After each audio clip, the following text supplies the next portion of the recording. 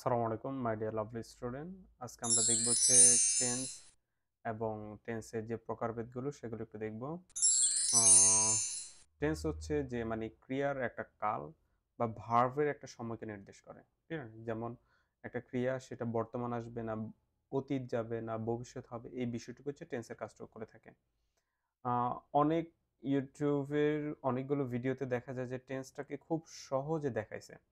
আসলে বলতে কি যে আসলে টেন্সটা এত সহজে আসলে শিখাটা আসলে সহজ না। ঠিক আছে? এটাকে একটু পরিশ্রম করতে হবে। ঠিক আছে? আমরা এটাকে লিখে সলভ করব। ক্লিয়ার? টেন্সটা যদি দেখি, টেন্সটা হচ্ছে প্রধানত ৩ টা প্রকার। সেটা হচ্ছে present tense, past tense and future tense. তাহলে প্রেজেন্ট হচ্ছে বর্তমান, পাস্ট হচ্ছে অতীত অ্যান্ড ফিউচার হচ্ছে ভবিষ্যৎ। টেন্স আর এই যে প্রকারভেদ ৩ টা প্রকার, এই ৩ টা প্রকারকে আরো অনেকগুলো ভাগে ভাগ করা যায়। সেটা হচ্ছে present indefinite, present continuous, present perfect continuous, past indefinite, past continuous, past perfect continuous, future indefinite, future continuous, future perfect and future perfect continuous. তাহলে চলো আজকে ছোট, ছোট করে একটা করে দেখি। আ প্রথমটা হচ্ছে প্রেজেন্ট ইনডিফিনিট টেন্স বা সিম্পল যে প্রেজেন্টটুকু থাকে, ঠিক আছে? সেটা হচ্ছে বর্তমান কালে কোনো কাজ সাধারণভাবে হয় বা হয়ে থাকে এরূপ বোঝালেই হচ্ছে মূলত প্রেজেন্ট ইনডিফিনিট টেন্স হয়।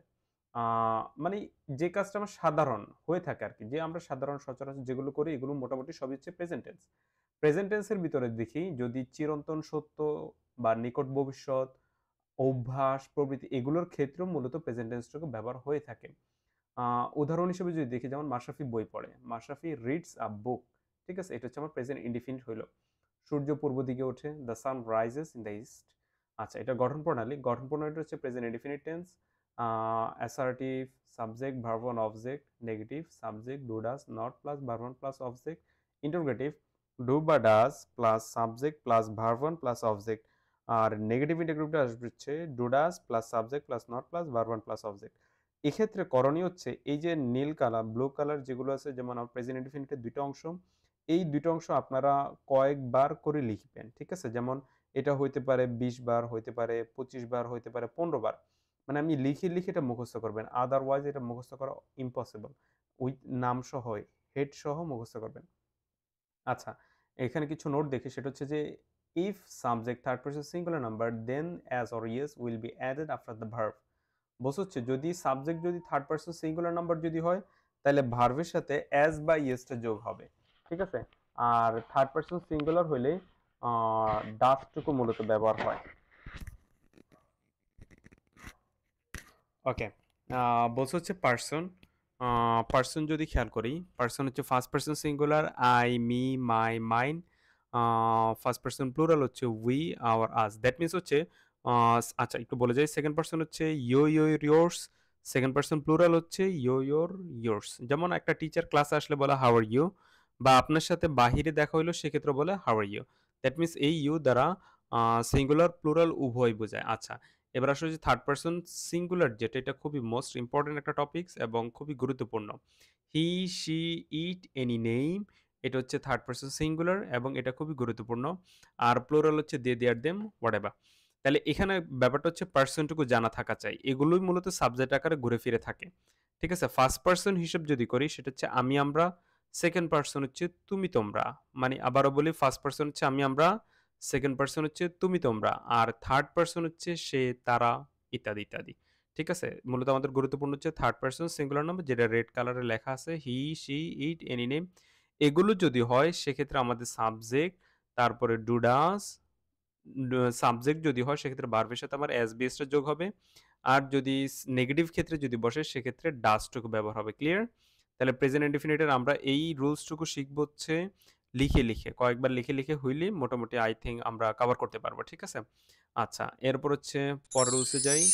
পরেরটা হচ্ছে প্রেজেন্ট কন্টিনিউয়াস টেন্স বা প্রেজেন্ট প্রগ্রেসিভ যেটাকে বলে থাকি আরকি। বর্তমানে কোনো কাজ চলছে বা হচ্ছে এইরূপ যদি বোঝায় সেক্ষেত্রে হচ্ছে সেটা হচ্ছে প্রেজেন্ট কন্টিনিউয়াস। বাংলা ক্রিয়া শেষে তেসি, তেসো ইত্যাদি এ ধরনের সাধারণত ব্যবহার হয়। যেমন আমি বই পড়তেছি অথবা পড়ছি, আই এম রিডিং আ বুক। আদিবা দিল্লি যাচ্ছে, Adiba is going to Delhi. ঠিক আছে? তাহলে এটা হচ্ছে কন্টিনিউয়াস হইলো, কন্টিনিউয়াস একটা ফরম্যাট হইলো। প্রেজেন্ট কন্টিনিউয়াস টেন্স যদি দেখি সেক্ষেত্রে হচ্ছে গঠনটুকু হচ্ছে subject, am is are verb ওয়ানের সাথে আইএনজি অবজেক্ট। আমরা এটা লিখে, লিখে মুখস্থ করব। আ আয়ের সাথে মূলত এম টুকু হবে। আর যত ধরনের প্লুরাল এবং ইউ আছে তাদের সাথে আর টুকু যায়। আর ওই যে থার্ড পারসন আগে পড়েছি দেখেছি সেটার সাথে আমার যাবে হচ্ছে ইজ। তবে এখানে পরবর্তী বক্সে আমরা কিছু ওয়ার্ড দেখি যেগুলো হচ্ছে আসলে এটার কি বলে? এগুলোর কন্টিনিউয়াস ফর্ম গুলো হয় না আসলে মূলত। যেমন সি, দেখা। I am seeing এই জিনিসটা হয় না। বা I am hearing অথবা I am smelling present continuous এ এই ভার্ব গুলো আসে না। সেক্ষেত্রে আমি দেখছি এটার ইংলিশটা কি আসবে? I see মানে প্রেজেন্ট ইনডিফিনিট টাইম মূলত ব্যবহার হবে। ক্লিয়ার? এটা ছিল প্রেজেন্ট কন্টিনিউয়াস। তারপর আসলো হচ্ছে আমাদের আ প্রেজেন্ট পারফেক্ট টেন্স। সেটা হচ্ছে কোনো কাজ মাত্র শেষ হইছে। কোনো একটা কাজ মাত্র শেষ হয়েছে এবং তার ফলাফল বিদ্যমান। এইরূপ বিষয়বস্তুকে বলা হচ্ছে প্রেজেন্ট পারফেক্ট টেন্স। বাংলা ক্রিয়া শেষে এদের মূলত হচ্ছে ইয়াসি, ইয়েসো এই ধরনের ভার্ব টুকু যেমন উদাহরণ হিসেবে যদি বলি, "আমি কাজটি করিয়াছি", সে পড়েছে। ঠিক আছে? যেটা কাজটা শেষ কিন্তু তার ফলাফলটা বিদ্যমান। এই ধরনের ফরম্যাটটাকে হচ্ছে প্রেজেন্ট পারফেক্ট টেন্স। আ প্রেজেন্ট পারফেক্ট টেন্স এর গঠনটুকু যদি বলি সেটা হচ্ছে subject, have has, verb 3, object. Subject, have has, verb 3, object. সবার সাথে মূলত হ্যাভ হয়। আর ওই যে থার্ড পারসন সিঙ্গুলার তাদের সাথে মূলত হ্যাজ টুকু যোগ হয়। আ অনেকগুলো সেন্টেন্সে জাস্ট, অলরেডি, সিন্স ইত্যাদি যদি থাকে এগুলো মূলত হচ্ছে প্রেজেন্ট পারফেক্ট সেন্টেন্সে রূপান্তরিত হয়। তাহলে প্রেজেন্ট পারফেক্ট টুকু কি থাকলো? Subject, have has, verb 3, object. গেল প্রেজেন্ট পারফেক্ট। তারপর আসতে হচ্ছে আমাদের present perfect continuous. Present perfect continuous হচ্ছে বর্তমানকালে কোনো একটা কাজ অনেক আগ থেকে শুরু হইছে। যেমন আমি সকাল থেকে এখনো ভাত খাচ্ছি। এইটা হচ্ছে present perfect continuous. Clear? That means সকাল থেকে বৃষ্টি হচ্ছে। আ আমি কাজটি ২ দিন ধরে করছি। I have been doing this work for 2 days মানে ২ দিন ধরে করছি, চলছে, এখনো শেষ করিনি। যেটা চলছে সেটা হচ্ছে প্রেজেন্ট পারফেক্ট কন্টিনিউয়াস এর। বা ১৯৯০ সাল হতে সে এখানে কাজ করছে, করিতেছে। He has been working here since 1990 আচ্ছা। আ আমাদের অনেক ক্ষেত্রে এই প্রেজেন্ট পারফেক্ট কন্টিনিউয়াস টেন্স এর ক্ষেত্রে ফর এবং সিন্স টুকু ব্যবহার করা চাই। ঠিক আছে? ফরটা হচ্ছে নির্দিষ্ট সময়ের জন্য আর সিন্স হচ্ছে একটা অনির্দিষ্ট লম্বা একটা সময়ের জন্য। ক্লিয়ার? যেমন সিন্স মর্নিং, সিন্স মর্নিং সকাল থেকে। এখানে হচ্ছে ফর মর্নিং হয় না। Since morning. ক্লিয়ার? আচ্ছা প্রেজেন্ট পারফেক্ট কন্টিনিউয়াস এর গঠনটা কি?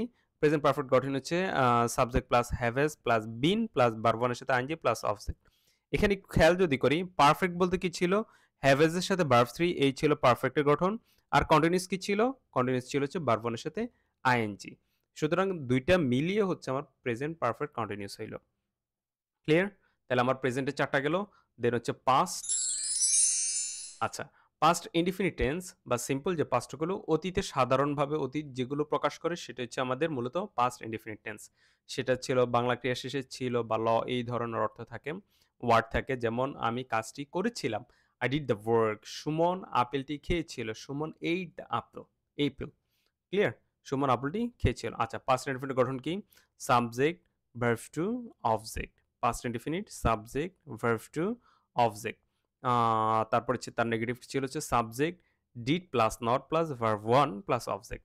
এখানে আমার ডিড যদি বসে সেক্ষেত্রে পরের যে ভার্বটা থাকবে সেটা অবশ্যই ডেফিনিটলি ভার্ব 1 এ হবে। এটা অনেকে ভুল করে থাকে। ঠিক আছে? আমরা এটা লিখে, লিখে মুখস্থ করব। কয়েকবার করে লিখব। আ আরো কিছু ওয়ার্ড যেমন yesterday, last night, last month, last year, once, ago, previous day ইত্যাদি থাকলে সেটাও আমাদের মূলত পাস্ট ইনডিফিনিট টেন্সে হয়। ক্লিয়ার? আচ্ছা, তারপর হচ্ছে পাস্ট কন্টিনিউয়াস টেন্স বা পাস্ট প্রোগ্রেসিভ। পাস্ট কন্টিনিউয়াস হচ্ছে অতীতকালে কোনো কাজ চলছিল বা হচ্ছিল এইরূপ বুঝাইতে সেক্ষেত্রে আমরা পাস্ট কন্টিনিউয়াস টুকু ব্যবহার করে থাকি। বাংলা ক্রিয়ার শেষে তেছিল, তেছিলাম এই ধরনের ওয়ার্ডগুলো সাধারণত ব্যবহার হয়। কিছু, কিছু ব্যতিক্রমও থাকবে।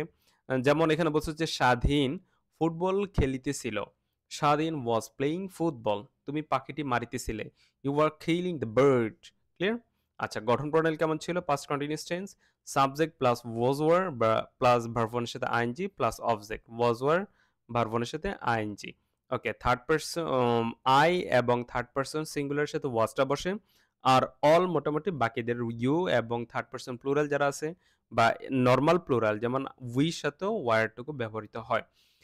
বারবার বলতেছি যে থার্ড পারসন সিঙ্গুলারটা আমাদের জন্য খুবই গুরুত্বপূর্ণ। এটা আমরা মুখস্থ করে ফেলবো। থার্ড পারসন সিঙ্গুলার হচ্ছে হি, শি, ইট আর যে কোনো ধরনের নাম। সিঙ্গুলার যে নাম সেটা হচ্ছে থার্ড পারসন হিসেবে ব্যবহৃত হইতে পারে। ওকে। এরপর হচ্ছে past perfect tense. Past perfect tense হচ্ছে অতীতকালে দুটি কাজের মধ্যে যে কাজটা আগে হয় বা আপনার আচ্ছা এটা একটু ভেঙে গেছে লেখাটা। আ অতীতকালের মধ্যে দুটি কাজ যেটা আগে সংঘটিত হয় সেটা হচ্ছে পাস্ট পারফেক্ট। আর পরে যেটা সংঘটিত হয় সেটা হচ্ছে পাস্ট ইনডিফিনিট। আ যেমন গঠন প্রণালী যদি বলি subject plus had plus verb 3 plus object এইটা ছিল পাস্ট পারফেক্ট এর গঠন। ক্লিয়ার? ওকে। এবার আমরা পরেরটা যাব সেটা হচ্ছে পাস্ট পারফেক্ট কন্টিনিউয়াস। আচ্ছা, পাস্ট পারফেক্ট কন্টিনিউয়াস হচ্ছে অতীতকালে আচ্ছা, পাস্ট পারফেক্টটা কি ছিল? পাস্ট পারফেক্ট আবার একটু দেখি সেটা হচ্ছে মানে অতীতকালে ২ টা কাজ একসাথে হইল। এরই ভিতরে আগে যেটা ঘটছে, পূর্বে যেটা ঘটে সেটাকে আমরা পাস্ট পারফেক্ট টেন্স বলব। আর পরে যে কাজটা ঘটে থাকে সেটাকে আমরা পাস্ট ইনডিফিনিট বলব। ঠিক আছে? আ এইখানে যে বিষয়টুকু থাকে সেটা হচ্ছে অ্যাগো, আফটার অ্যান্ড বিফোর এই ওয়ার্ডটার ব্যবহার হয়ে থাকে। ক্লিয়ার? আ আফটার হচ্ছে পরে, তাহলে পরের অংশটা হচ্ছে পাস্ট পারফেক্ট হয় এবং বিফোর অর্থ আগে, আগের অংশটা মূলত পাস্ট পারফেক্ট টেন্স হয়। এভাবে আমরা মনে রাখতে পারি। আ আফটার এবং বিফোর নিয়ে অনেকটা মানে ঝামেলা দেখতে হয়। ঠিক আছে?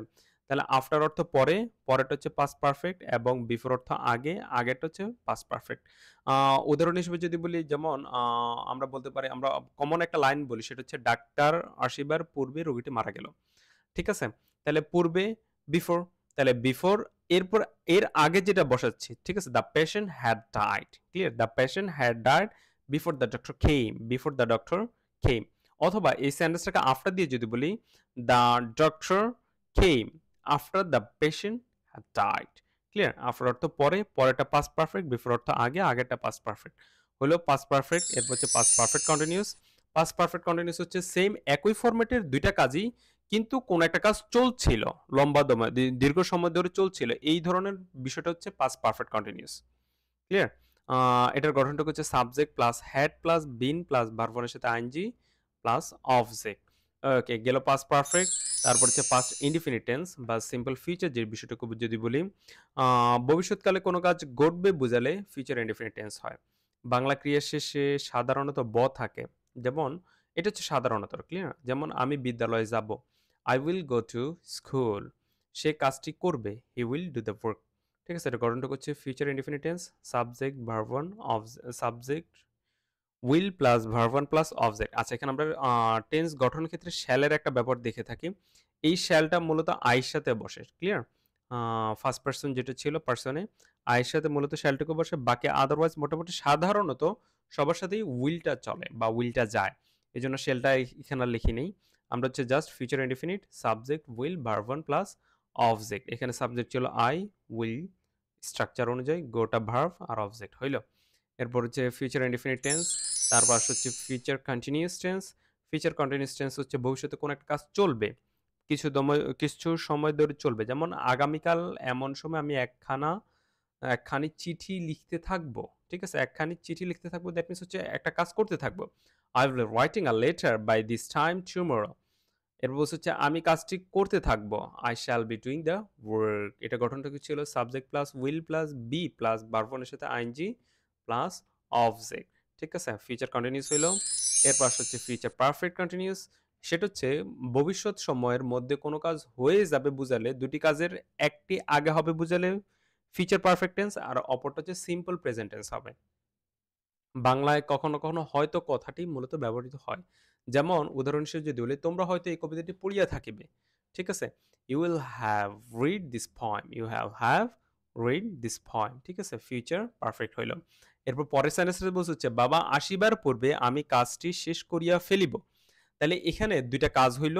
একটা হচ্ছে বাবা আসবে, আরেকটা হচ্ছে কাজটা শেষ করে ফেলব। ঠিক আছে? এখানে আগে কোনটা ঘটছে? আমি কাজটা আগে শেষ করব। তারপর হচ্ছে বাবা আসবে। তাহলে I shall have finished this work before father comes. Clear?